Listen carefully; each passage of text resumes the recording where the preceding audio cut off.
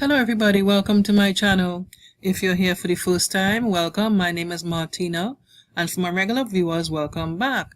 So today in this video, I'm going to show you how to adjust the line spacing in a paragraph or in a document, whatever you're doing, right? It's quite simple, so let me just get straight into it. So I have a document on the screen here. So I'm going to highlight just a few paragraphs. Let's make it quite simple. What I want to adjust the line spacing, and I've already done so. So the next thing I'm going to do is I'm going to right click and select this option here that says paragraph. Click on that and you will see here line spacing, this option here, line spacing. So I'll just click on the drop down arrow and you have different options: single line spacing, 1.5 line spacing, double line spacing, at least, exactly, multiple.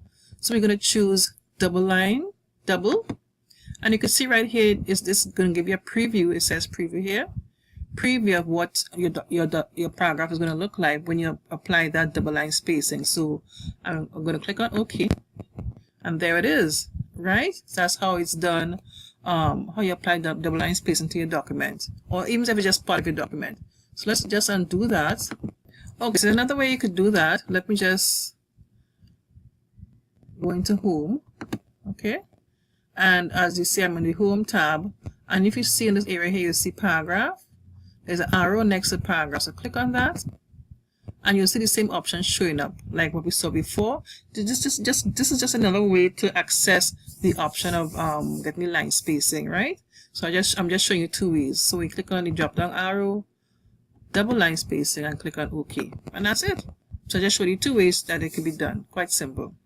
Okay, if you enjoyed this video, click on the thumbs up button, leave a comment for me, and subscribe to my channel if you haven't done so already.